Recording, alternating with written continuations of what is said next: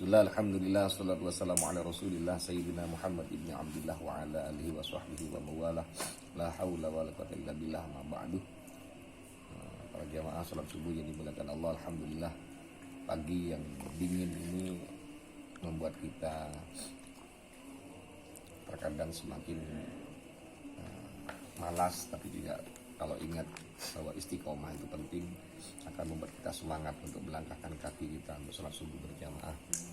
Mudah-mudahan panjenengan masih diberi istiqomah oleh Allah untuk bisa melaksanakan sholat subuh berjamaah di masjid. Nah, tidak semua orang diberi kekuatan oleh Allah untuk bisa melangkahkan kaki ke masjid untuk sholat subuh. Tidak semua orang oleh Allah diberi kesempatan untuk bisa melaksanakan sholat subuh di masjid. Kita bersyukur pada Allah pagi ini kita diberi kesempatan oleh Allah. Pada halaqah subuh ini saya ingin menyampaikan satu ayat dalam surah At-Taubah. Sebelumnya ada hadis riwayat Muslim yang menyatakan wa majtama'a qaumun fi baitin min buyutillah. Tidak ada satu kaum di satu masjid di antara masjidnya Allah, yatsluna kitaballah, yang mereka membacakan ayat-ayat suci Al-Qur'an, wa yatadarasuna bainahum, dan mereka saling bertadarus, kalau mana aslinya, atau saling berdiskusi, saling membahas tentang isi Al-Quran tersebut. Illa nazalat alaihimus sakinah, kecuali Allah akan menurunkan ketenangan di hati mereka. Amin. Orang yang membaca ayat-ayat Allah, orang yang bertadarus, berdiskusi, menggali isi dari ayat Al-Quran, Allah akan menurunkan ketenangan di hati kita. Wa hafat alaihimul malaikah, dan malaikat akan membentangkan sayapnya. Wa ghaziyat alaihimur rahmah, dan akan diberkahi, diberi rahmah kita semua. Wa dzakarallahu fima indahu, dan Allah akan menyebut nama-nama kita di antara hamba-hambanya yang lain. Kita akan dipuji oleh Allah di hadapan hamba-hamba yang lain, di antara makhluk-makhluk yang lain. Itu salah satu keistimewaan. Makanya majelis yang paling disukai oleh Allah adalah disukai oleh Rasulullah adalah majelis-majelis kecil, halaqah-halaqah kecil seperti ini, yang insya Allah akan memberkahi. Dalam Quran surah Taubah ayat 100, Allah berfirman, was-sabiqunal awwalun minal muhajirin wal ansar walladzina tabauhum bi ihsan radhiyallahu anhum wa radu'an wa 'adda lahum jannatin tajri tahtahal anhar khalidina fiha abada dzalikal fawzul 'adzim. Orang-orang yang terdahulu, yang pertama kali masuk Islam, artinya sahabat-sahabat itu, di antara orang-orang dari sahabat Muhajirin dan Ansor, dan orang-orang yang mengikuti mereka, artinya setelah mereka, setelah sahabat Muhajirin dan Ansor, dan Allah ridha kepada mereka, radhiyallahu anhum, dan menyediakan mereka surga-surga yang mengalir sungai di dalamnya, dan mereka kekal di dalam selama-selamanya. Itulah kemenangan yang sangat besar. Ini menceritakan kisah tentang orang yang pertama kali masuk Islam, atau dikenal dengan as-sabiqunal awwalun, sahabat yang dikenal pertama kali masuk Islam, dan diberi keistimewaan mereka menjadi penghuni surga. Bahkan sampai ada 10 orang yang dijamin masuk surga oleh Allah dari di antara mereka, dikarenakan mereka mendukung dakwah Nabi Muhammad SAW dan mengikutinya. Mereka rela dihujat hingga disiksa oleh golongan kaum Quraisy. Jadi betapa peristiwa hijrah itu sebetulnya tidak hanya sekedar, kalau bahasa saya kemarin itu, tidak hanya sekedar pawai obor. Setidaknya kita tertular semangatnya bahwa peristiwa hijrah itu merupakan salah satu sejarah, dan itu berat sekali bagi perjuangan Rasulullah dan para sahabatnya. Jadi Allah itu menceritakan keridhaannya Allah terhadap orang-orang terdahulu yang masuk Islam di kalangan Muhajir dan Ansar, bahwa Allah itu menyatakan bahwa radhiyallahu anhum, Allah itu ridha pada mereka. Maka karena keridhaan Allah itulah mereka disediakan surga bagi mereka. Adapun siapakah as-sabiqunal awwalun yang disebutkan dalam ayat tersebut, ada nama-nama yang kita mungkin sudah banyak tahu. Mungkin nama itu dijadikan nama kita, anak kita, istri kita. Ada Khadijah binti Khuwailid, ada Zaid bin Harithah, ada Ali bin Abi Thalib, Abu Bakar, Bilal bin Rabah, Ummu Aiman, Hamzah, Abbas bin Abdul Muthalib, Abdullah Abdul Asad, ada Ubay bin Ka'ab, ada sekitar lebih dari 20 as-sabiqun al-awwalun. Itu adalah daftar nama-nama mereka. Salah satu yang ingin saya ceritakan para jamaah adalah bagaimana kisah sahabat itu menemani Rasulullah. Bagaimana para sahabat itu berat sekali berjuang mengikuti Rasulullah. Coba bayangkan Pak, selevel Abu Bakar, selevel Abdurrahman bin Auf, itu adalah sahabat yang sudah mapan saat itu, sudah jadi pengusaha, sudah menjadi miliuner saat itu. Mereka meninggalkan segalanya, mereka meninggalkan istrinya yang tidak mau berhijrah, mereka meninggalkan segalanya untuk andekan kita ini Pak, untuk andekan kita, untuk meninggalkan sesuatu dan mencapai sesuatu yang belum pasti saat itu. Jika belum pasti Pak, dunia ditinggalkan, harta tinggalkan untuk mengejar sesuatu yang tidak pasti, itu kalau kita. Tapi kenapa mereka mau para jamaah? Ini yang luar biasa. Kenapa mereka mau mengikuti jejak Rasul? Sekali lagi, ini adalah karena iman, karena keyakinan. Jadi karena yakin, karena apa yang disampaikan Rasulullah adalah wahyu, mereka yakin. Saya yakin, aku yakin. Kalau tidak yakin, tidak mungkin seperti itu. Kalau tidak yakin, tidak mungkin seperti itu. Meninggalkan sesuatu yang sudah mapan itu kan beratnya minta ampun. Bagaimana salah satu kisah yang ingin saya sampaikan adalah kisah Abu Bakar As-Siddiq. Sahabat Abu Bakar ini nama lainnya adalah Abdullah bin Abu Quhafah, nama lain dari Abu Bakar. Ini orang yang pertama kali dari laki-laki dewasa yang masuk Islam. Ini menarik Pak, masuk Islamnya itu menarik. Abu Bakar itu di saat berdagang, karena saat itu beliau itu eksportir, berdagang dan beliau ada di negeri Syam. Abu Bakar itu mimpi, berawal dari mimpi Pak. Jadi aja sepikir mimpi Pak. Lagi delok nek mimpi ini karo Vanessa Angel ngono sih. Tidak jelas. Abu Bakar itu bermimpi bulan dan matahari itu di pangkuannya, dipeluk, didekep. Ini apa ya? Bulan di pangkuan sama matahari, jadi peluk sama Abu Bakar. Gak bahaya Pak. Lantas ketika bangun, beliau itu segera pergi ke rahib, ke ulama Nasrani saat itu. Tanya, mimpiku ya apa? Kalau zaman dahulu itu kan memang ulama-ulama Nasrani, ulama ahli Taurat yang saat itu masih tersebar di daerah Jazirah Arab, itu mereka kan tahu kalau masalah-masalah seperti itu. Jadi masa tahu. Jadi bertanya ki apa? Akhirnya si ulama atau rahib dari Nasrani itu menyampaikan bahwa itu kau akan bertemu dengan sosok yang itu akan menjadi sahabatmu dan kau beriman kepadanya, dan sebab beliaulah katanya engkau akan menjadi pemimpin khalifah kelak, katanya begitu. Orang inilah yang oleh Allah akan diutus menjadi rasul terakhir. Begitu. Jadi sepulang dari bertemu dengan rahib Nasrani itu, Abu Bakar sampai kepingin ketemu kayak apa wong, rindu sekali. Sudah belum ketemu orangnya sudah rindu. Sampai bertemu dengan baginda Rasul Muhammad SAW. Ya Muhammad saat itu masih belum namanya. Ya Muhammad, apakah engkau Rasul akhir zaman yang diutus oleh Allah? Iya. Nabi Muhammad jawab begitu saat itu. Ya kalau begitu tunjukkan, kalau memang engkau Nabi atau Rasul, tunjukkan mukjizatmu. Ini luar biasa ceritanya. Rasul menjawab, masih belum cukupkah cerita yang engkau terima dari seorang rahib Nasrani yang kau temui di Syam? Wow, langsung ditepek ya, langsung jawaban Abu Bakar, asyhadu alla ilaha illallah. Hanya begitu saja. Itu luar biasanya. Hanya dengan jawaban seperti itu Rasulullah, Abu Bakar langsung menyatakan syahadat. Gak cukup tapi ngikon oleh cerita soko pendeta ini. Hanya begitu saja.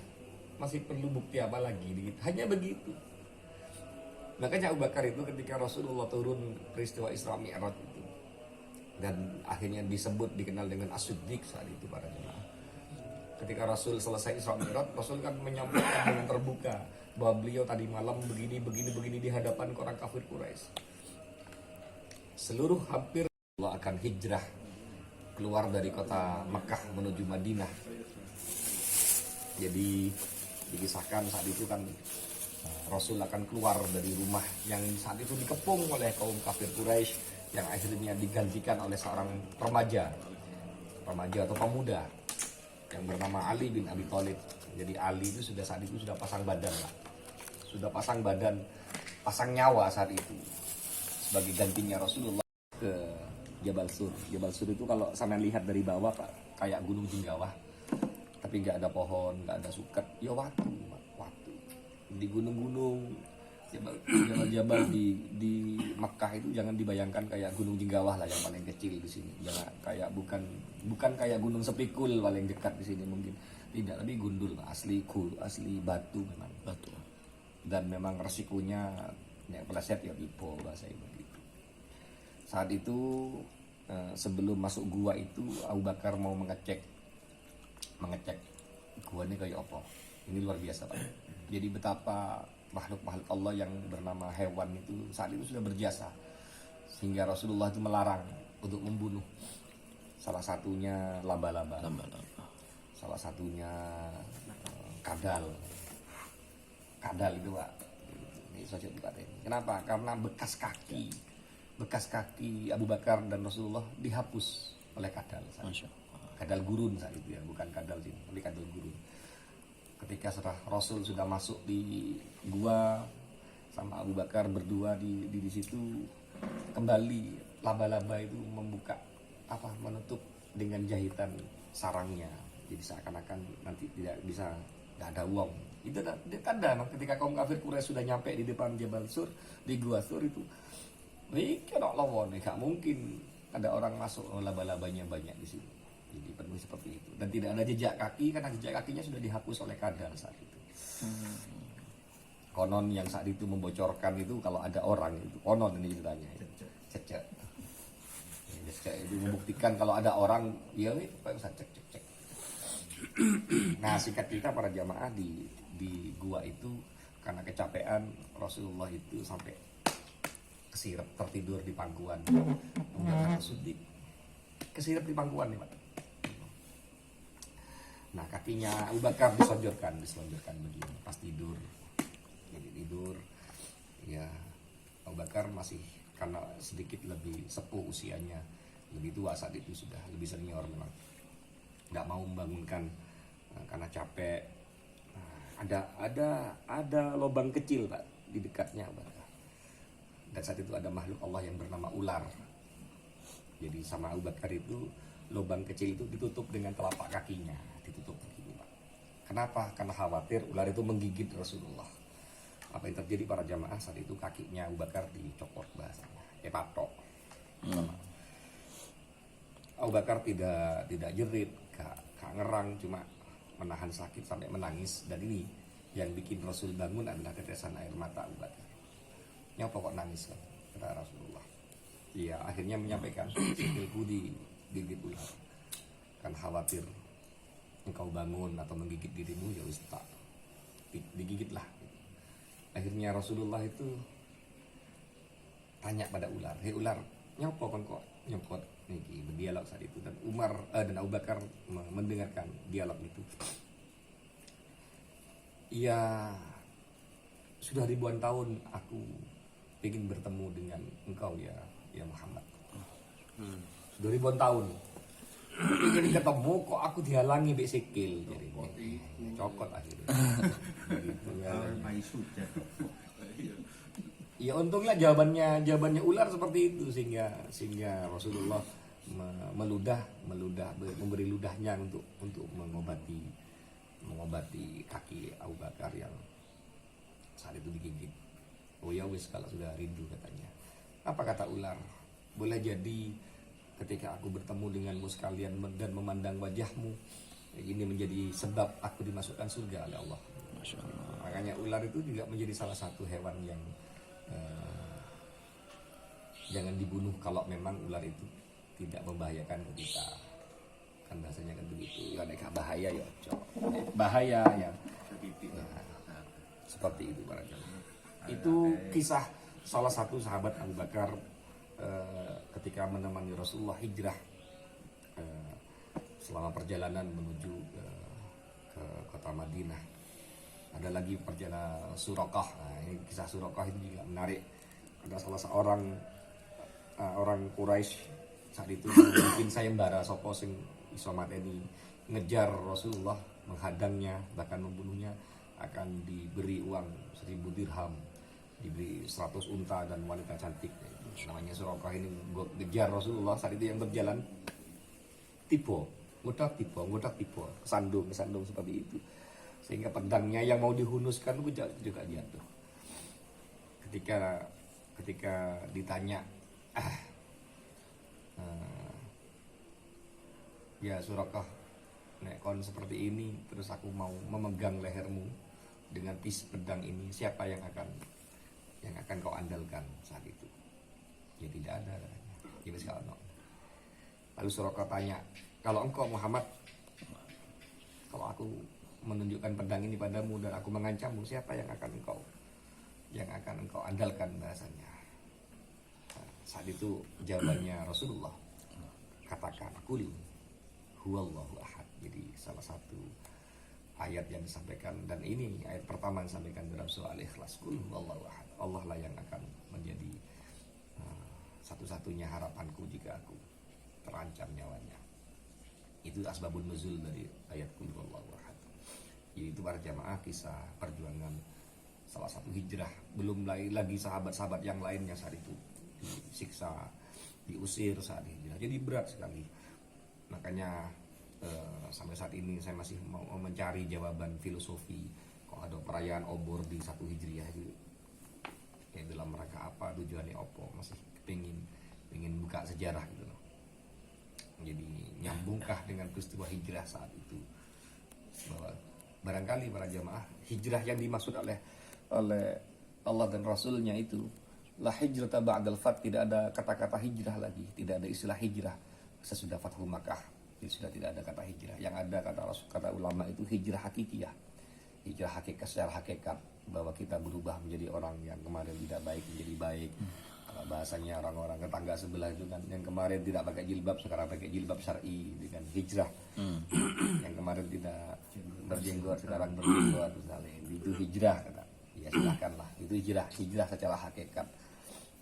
Yang biasa misalnya tidak sholat subuh dan sholat subuhnya berat, ya sekarang akhirnya bisa sholat subuh berjamaah, itu juga hijrah. Jadi banyak makna hijrah seperti itu. Yang kemarin tidak peduli dengan anak yatim, janda menjadi janda, maka sekarang semakin peduli dengan janda. Itu hijrah. Jadi banyak sekali mengartikan makna hijrah itu, banyak sekali. Tapi yang pasti bahwa kisah hijrahnya sahabat itu oleh Allah benar-benar diganjar dengan surga, seperti dalam surah At-Taubah ayat 100 itu. Jadi surgalah balasan bagi mereka karena sebab perjuangan. Makanya sahabat seperti ini disebut dengan sahabat muhajirin, sahabat yang ikut berhijrah. Nah, sedangkan sahabat yang menerima mereka yang ada di Madinah dinamakan sahabat Ansor. Berasal dari kata nasoroh, sahabat yang menolong, yang nulung. Sahabat dari muhajirin disebut Ansor. Itulah para jamaah kisah yang disampaikan dalam surah At-Taubah tentang orang-orang yang pertama kali masuk Islam. Kalau dari dewasa itu Abu Bakar, kalau dari perempuan itu Khadijah, kalau dari anak-anak itu sahabat Ali bin Abi Thalib. Ada yang mengatakan saat itu umur 7, ada yang mengatakan umur 9 tahun. Itu sahabat-sahabat yang pertama kali masuk Islam. Dan memang terbukti dari banyak sekian sahabat as-sabiqun al-awwalun, itu adalah orang-orang yang saat itu masih usianya muda, kayak nom-nom, yang masih usianya masih muda. Saya kira itu yang bisa saya sampaikan. Mudah-mudahan kisah ini menambah semangat kita untuk terus berhijrah. Minimal kita hijrah memperbaiki diri kita sendiri dan menjadi orang yang lebih bermanfaat bagi orang lain. Wallahu a'lam bishawab. Assalamualaikum warahmatullahi wabarakatuh. Waalaikumsalam warahmatullahi wabarakatuh. Kopi kuat. Dalam gua. Iya, jadi ketika gua menyampaikan keinginannya kepada Allah, bertemu dengan makhluk yang saat itu sering disebut oleh Allah katanya, dan makhluk itu langsung diproklamirkan oleh Allah menjadi makhluk yang sangat dicintainya. Ular itu menyatakan kepingin ketemu, sama dengan Nabi Musa. Nabi Musa yang kepingin menjadi umat Muhammad. Jadi Nabi Musa kepingin turun pangkat jadi umat Muhammad karena oleh Allah disebutkan keistimewaannya Rasulullah. Jadi kepingin. Ada juga Nabi Isa juga kepingin saat itu umatnya itu diaku sebagai umat Muhammad. Jadi umat-umat terdahulu itu menyampaikan seperti itu. Sama dengan ular juga begitu. Kepingin menjadi bagian bahwa ular itu menjadi salah satu penghuni surga sebab bertemu dengan Rasulullah. Akhirnya keinginan itu disampaikan pada ular itu, ya wis nek kepingin ketemu ya silahkan. Nanti pada hari ini dia akan berada di gua itu. Kamu di situ aja. Jadi di situ sudah. Wis dekam dek kuno lah bahasa. Jadi ya wis manut ular itu manut, Pak. Akhir ular itu berada di gua Sur saat itu, menunggu ribuan tahun di situ. Ya kalau saya no ularnya kayak ular kami ular manusia sudah jadi pokok kisahnya seperti itu ular bahasanya kan seperti itu. Ulo sowo, ulo weleng, ulo kobra ya disebutkan di situ. Karena kalau kisah itu kan hanya begitu, Pak, ular begitu saja. Sama dengan kisah ketika Nabi Musa disuruh menyembelih sapi, kan gak jelas di situ sapinya apa, sapi limusin, sapi Bali, gak jelas sapinya. Kisah-kisah itu memang seperti itu. Yang menarik itu kan ketika sahabat diperintahkan oleh Rasulullah untuk berhijrah. Bayang Pak, orang kalau tidak punya keyakinan luar biasa saat itu, pasti sih takut. Terus nih kono opo, terus kayak opo, kan masih banyak pertimbangan. Itu tidak. Jadi sahabat itu betul-betul nek kon hijrah ya budal. Sing gelem ya budal. Jadi meninggalkan Bayang sekarang kan dikenal kan salah satu hotel yang masyhur di Grand Zamzam itu salah satunya aset milik Abu Bakar. Sampai sekarang. Masya Allah. Ini milik Abu Bakar, Pak. Peninggalan asetnya masih ada Abu Bakar. Jadi masih ada. Jadi bayang koyo ngono aset wis koyo ngono bahasane. Dan yang biyen. Itu ditinggal. Ditinggal sekawan. Sabojone tinggal. Makanya kan masyhur cerita itu ketika salah satu sahabat bingung golek bojo. Iki akhirnya kan ketika sahabat Ansor itu juga kepingin menunjukkan peran mereka. Mereka disambut luar biasa kan sorak bojone papat iki kon milih Pak.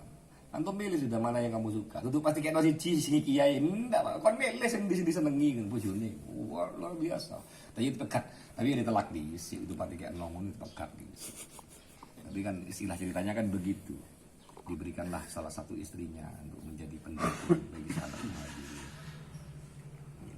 Jadi seperti itu penyambutan. Jadi diseimbangkan ketika dulu ada sahabat yang sampai iri, Pak, enak semua Muhajirin ini sing Ansor opo ini. Jadi banyak ada sahabat yang iri sehingga Rasulullah itu menceritakan kelebihan mereka. Jadi agar ya ternyata ya jadinya sahabat yang menungso bisa ada kecemburuan, iri itu ada dulu seperti itu. Itu dalam harta pembagian harta perang ghanimah saat itu.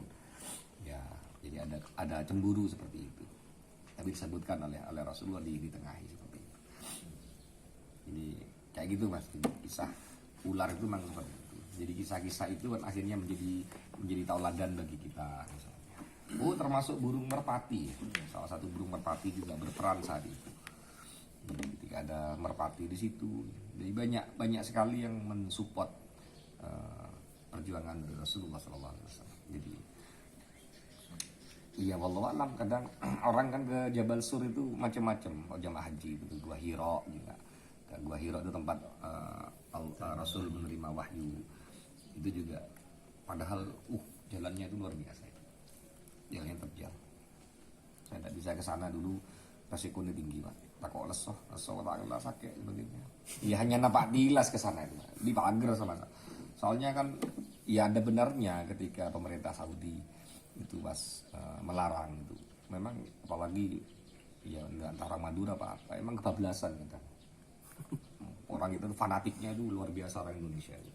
Kayak ngono itu sing alap barokah sama. Padahal nampak tilas, sama di nampak tilas bahasa kita kan nampak tilas bahasa. Wah, iya asli Sumenep ya tadi. Bersikap. Ya kembali lagi gitu. Makanya sikap cerita juga. Jadi hubungan dengan binatang-binatang apa yang dilakukan, yang dirindukan. Akhirnya kita bangun gitu loh. Tadi anakku juga itu, anakku rewel tadi yang kecil mulai itu jam telu ya sumuk sih. Kita gak suruh nangkep isyarat saja gitu ya Allah gugai. Gugai. Memang awal ma'rifah itu prasangka. Ya. Orang sangka. Iya. Tidak ada cecah. Tapi kalau kucing itu Pak De, cerita yang masyhur itu kisah tentang Abu Hurairah. Oh, hari. Makanya Abu Hurairah itu disebut, Bapaknya dikatakan Abu Hurairah. Hurairun itu kucing Pak De. Jadi aku pas siswa pas Pak De itu Abu Hurairah. Pak kucing misalnya. Karena seperti itu Pak De. Cocok. Jadi kalau saya belum tahu cerita lengkapnya kalau Rasulullah itu pecinta kucing. Karena kalau riwayat Rasulullah itu ngubu kucing nggak ada. Tapi kalau dikenal Rasul itu penyayang seluruh makhluk, iya kan? Penyayang maksudnya. Kalau sendiri ya, semua hewan disayangi oleh Rasulullah begitu. Meskipun ada juga hadis dari beliau ada hewan yang boleh untuk dibunuh itu ada karena membahayakan. Itu ada. Tapi membahayakan itu kan kalau itu mengancam nyawa kita. Nah enggak ya nyawa di pantai ini kan begitu. Itu berarti kalau kucing itu yang masyhur Abu Hurairah. Bahkan itu berlaku untuk semuanya berarti. Kalau kita niat ngubuh kayak berarti kan ambil kan ngubuh bahasanya. Kok gak dipakan itu so jaringan. Dosa, ada sifat pembiaran. Dosa. Tapi kalau dibiarkan sama kucing liar, kita nggak berdampak dosa ke kita. Nah, cuma kita berpahala karena welas asih kita ngui makan itu beda sudah konteksnya. Tapi kalau Pak D niat merawat, ya saya ngubu ya tanggung jawab. Iya. Tanggung jawab berarti. Ini aku cuma makan itu aja. Terus, Jangan niat ngopo. ya, tapi tidak mulai kan beda sudah. Nah dibawa datang sendiri. Nah, kalau datang sendiri, ya wes nggak masalah. Gak dosa sih. Nah, nomor loro Pak D, jangan sampai terjadi di tetangganya Pak RT sebelah, Pak Indra. Sebelahnya itu niatnya api ngubu kucing. Tapi bahaya ya apa? Telekin di. Telekin di mana-mana Pak. Ini kan juga kebaikan yang satu berdampak tapi ada dampak negatif ke tetangga sebelahnya. Pak Ibra seringkali curhat masalah itu, cerita masalah itu Pak. Tangganya oh banyak kucingnya. Akhirnya ya resikonya kan kecuali di kandang koyo Latih kesabaran. ya berarti kesabaran dulu. Di kandang koyo merpati misalnya gitu kan bagus. Itu dicur Pak deh. Terus naik ke mobilnya tetangganya kan bikin berat tuh. Oh, atau Carla. Jadi niatnya baik sebetulnya. Ini kan makhluknya Allah. Ini makhluknya Allah sendiri itu makhluknya Allah. Dia jadi kebaikannya satu jangan sampai menciptakan satu masalah. Jadi kan masalah. Tolaknya di mana-mana kata tadi. Jadi ono tamu nih Pak Ibra itu wis keidek wis di pasir lu penyet wis. Itu di kandangnya. Hah? Di kandang. Kucingnya. Macam melek tinggi ini.